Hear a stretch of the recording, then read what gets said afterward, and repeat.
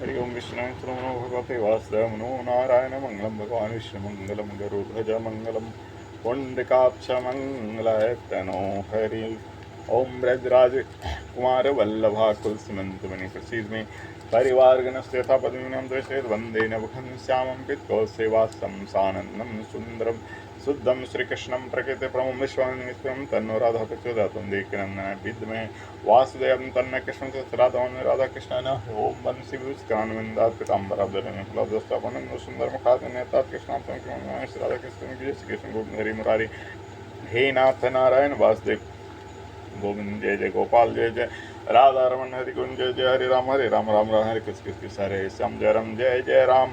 आज है पद्मा अर्थात हरिशयनी काशी व्रत। इसकी कथा सुनिए। आषाढ़ मास के शुक्ल पक्ष की पद्मा एकादशी को अधिकांश व्यक्ति देवसैनी अथवा देवसोनी एकादशी कहते हैं। विष्णुसैनी हरिशयनी ऐसे के नाम है।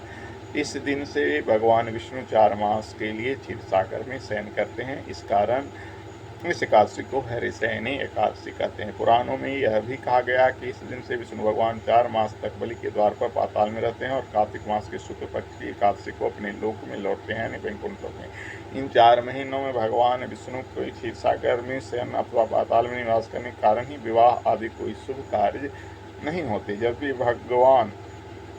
यद्यपि लगभग सभी एकादशियों को भगवान विष्णु की पूजा आराधना की जाती है, परंतु आज की रात्रि से तो भगवान का शयन प्रारंभ हो जाता है, अतः उनकी विशेष विधि विधान से पूजा की जाती है। भगवान विष्णु की प्रतिमा को आसन पर आसीन कर उनके हाथों में शंख चक्र गदा पद्म सुशोभित कर उन्हें पीताम्बर पीले वस्त्र या पीले दुपट्टे से सजाया जाता है। पंचामृत से स्नान कराकर तत्पश्चात भगवान की धूप दीप पुष्प इत्यादि से पूजा कर घृत दीपक से आरती उतारी जाती है। भगवान को तांबूल पान और पुंगी फल यानी सुपारी अर्पित करके राजनिमित मंत्र द्वारा भगवान की स्तुति की जाती है। सुप्ते त्वयि जगन्नाथ जगत सुप्तम भवेदिदम विबुद्धे त्वयि बुद्ध च जगत सर्वचराचरम। कथा इस प्रकार से है। पहले ध्यान कीजिए। शांताकारं भुजगशयनं पद्मनाभं सुरेशं विश्वाधारं गगनसदृशं मेघवर्णं शुभांगं लक्ष्मीकान्तं कमलनयनं दिव्यज्ञानमयं दृष्टवारं सर्वलोकैकनाथं। बोलो विष्णु भगवान की जय।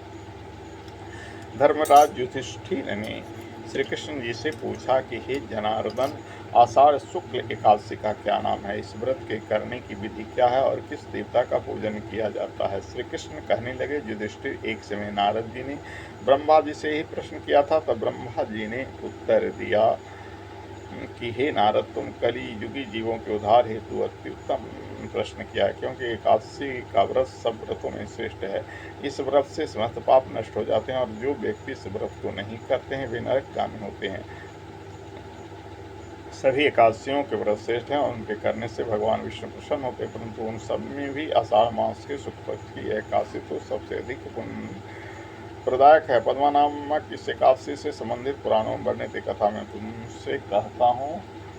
हे नारद, तुम ध्यान पूर्वक इस कथा को सुनो। सतयुग में मांधाता नाम का एक सूर्यवंशी राजा था, जो सत्यवादी और महान प्रतापी था। वह प्रजा का पुत्र की तरह पालन किया करता था। उसकी प्रजा धन धान से भरपूर और सुखी थी। उसके राज में कभी अकाल नहीं पड़ता था। एक समय उस राजा के राज में 3 वर्ष तक वर्षा नहीं हुई और अकाल पड़ गया। प्रजा अन्न की कमी के कारण अत्यंत कष्ट पाने लगी और अन्न के अभाव के कारण जग आदि भी बंद हो गए। एक दिन प्रजा राजा के पास जाकर कहने लगी, हे राजन, समस्त विश्व की सृष्टि का कारण वर्षा है। वर्षा के अभाव में अकाल पड़ गया और अकाल से प्रजा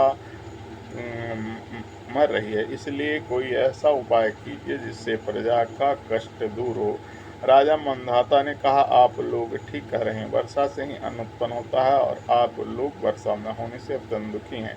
मैं आप लोगों के दुख को समझता हूँ। ऐसा कहकर राजा कुछ सेना साथ लेकर वनों की तरफ चल दिया। वह अनेक ऋषियों के आश्रम में भ्रमण करता हुआ अंत में ब्रह्मा जी के पुत्र अंगिरा ऋषि के आश्रम में पहुंचा। वहां राजा ने घोड़े से उतरकर अंगिरा ऋषि को प्रणाम किया। मुनि ने राजा को आशीर्वाद देकर कुशल क्षेम के पश्चात उससे आश्रम में आने का कारण पूछा। राजा ने हाथ जोड़कर विनीत भाव से कहा, भगवान, सब प्रकार से धर्म का पालन करने पर भी मेरे राज्य में अकाल पड़ गया। इससे प्रजा अत्यंत दुखी है। राजा के पापों से प्रजा को कष्ट मिलता है, ऐसा शास्त्रों में लिखा है। जब मैं धर्मानुसार राज्य करता हूँ तो तेरे राज्य में अकाल कैसे पड़ गया? मैं आपसे इसी संदेह का निवारण करने के लिए आया हूँ। कृपया करके मेरे संदेह का निवारण कीजिए और साथी प्रजा के कष्ट को दूर करने का कोई उपाय भी बताइए। राजा की बातें सुनकर महर्षि अंगिरा ने कहा, हे राजन, यह सत्ययुग सब युगों में उत्तम है। इससे धर्म के चारों चरण उपस्थित हैं, अर्थात इस युग में धर्म को सबसे अधिक उन्नति है कि लोग ब्रह्म की उपासना करते हैं और ब्राह्मणों को ही केवल वेद